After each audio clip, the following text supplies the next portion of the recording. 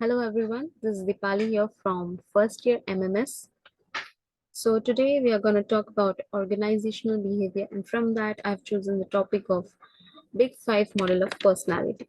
So here in this topic we will discuss about different types of personality through which we can categorize people into different categories, and we can see that which people are situated in which categories. So let's start. First is contents. I have listed the things which I have put in every slide, and we can see each thing in brief. First is what is personality, what is introduction to Big Five model, openness, consciousness, extroversion, agreeableness, neuroticism, examples, advantages and disadvantages, and conclusion. So let's see each in brief. What is personality? Now, the word personality, by that we can say, like, if in day-to-day life, when we meet any person, so the first thing which we focus on that person is about that personality.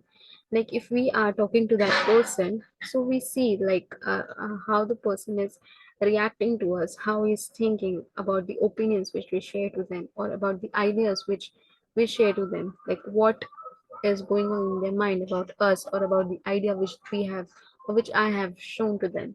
So, what is personality? Personality refers to individual differences in characteristic patterns of thinking, feeling, and behaving. So, in other words, the sum total of ways in which an individual reacts and interacts with others is personality. So, like I've said, when we react and interact with people, by that we can judge how that personality, or what type of personality that person has. So, move on to further. Big Five model.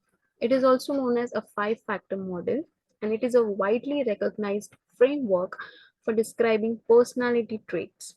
So, this model consists of five broad dimensions of personality, so, through which we can capture the essence of individual differences in personality. So, the first is openness to experience, conscientiousness, extroversion, agreeableness, neuroticism. So, let's talk about this five personality in brief. First is openness to experience.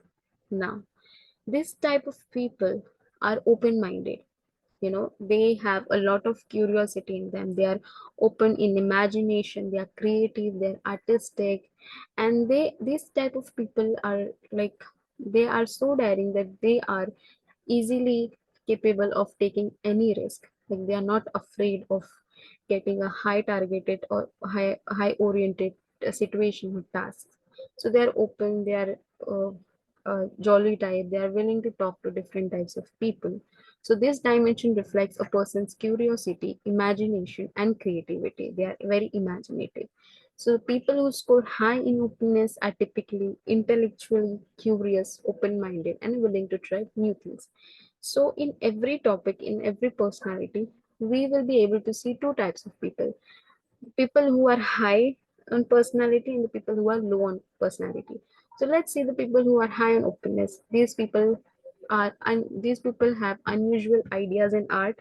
They are imaginative, they are creative, they are curious about things, they are daring, and they are open to take any risk.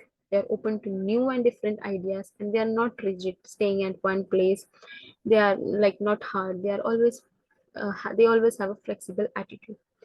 The people who are low on openness, they are conventional, like they only follow particular rule which is given to them. They are not open to any new ideas or any new things. So they enjoy having routines, they are less creative, they are less curious, and they are down to earth, and they are rigid, no flexibility in them. Moving on to next, conscientiousness.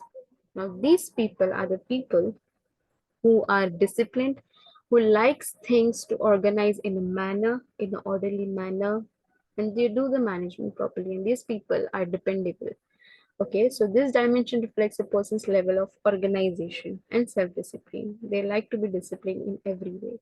So the people who score high in conscientiousness are typically dependable, hardworking, and organized.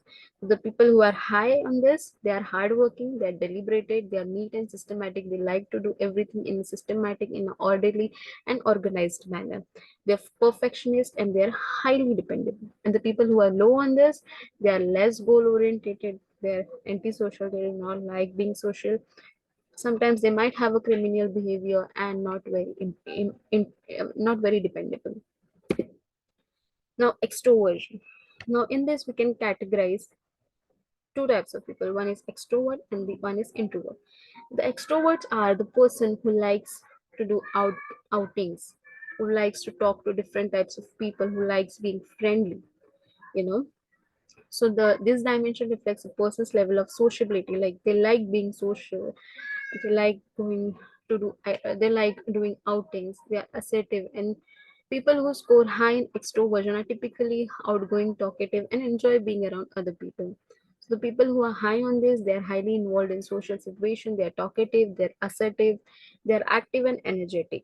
So this type of people are very jolly. Like they do not have to go to, they do not need to wait for the person to come and approach them. They are the first one who go and approach to people. Why? Because they like being friendly, like they like being talkative, and they like doing outings.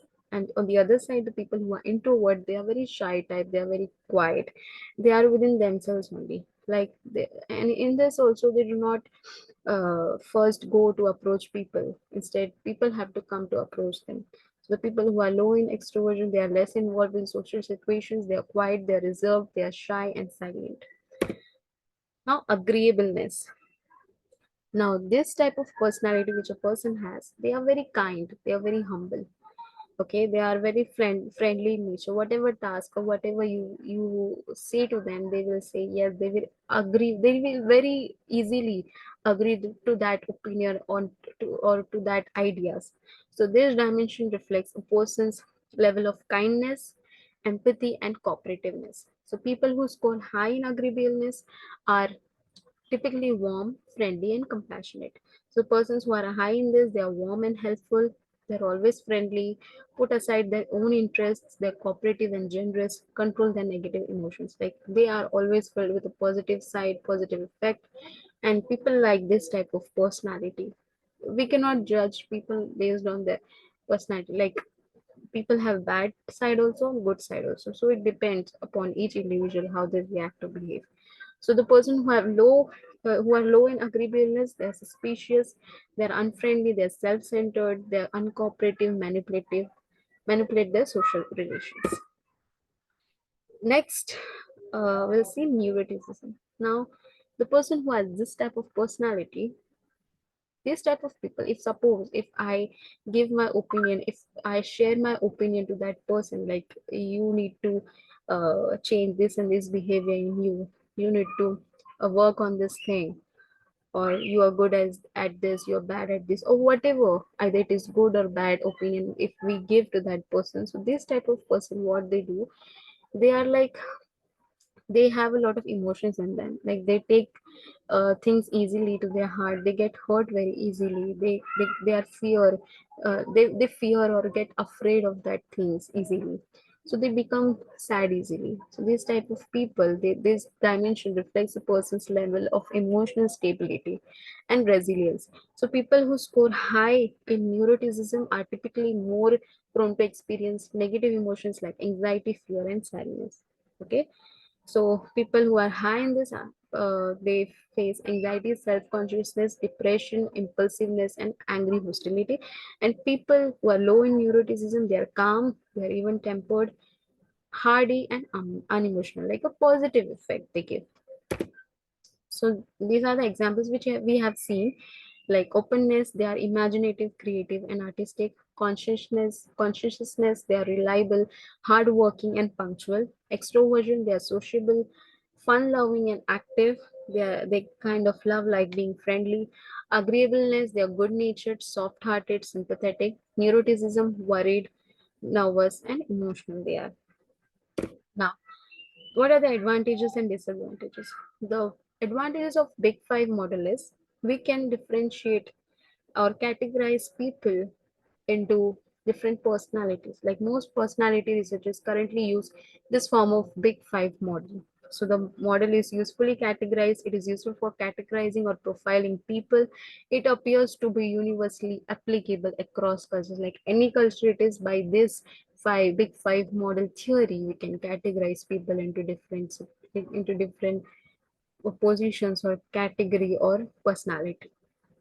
Now the disadvantages are most of the people they argue about the factors, the five factors. Like they do not believe on only this much information. They say that this much information is not enough to categorize or to differentiate people's personality. So the big five personality dimensions tend to be fairly heterogeneous internally, which makes them poor predictors of job performance as compared to personality traits. So, what is the conclusion in this? So, Big Five model can help to understand an individual's behavior and can predict that what individual has which personality in them. Also, reliable personality-based variation in behavior not accounted for by Big Five. Sources of non-Big Five personality variance can and should be used for the purposes of reducing error in behavior prediction and increasing accuracy in behavior explanation. So, this by using this theory, we can predict that what error we can find in behavior, and we can increase the accuracy in behavior explanation. So that's all from my side. Thank you. I hope you like this video. Thank you so much.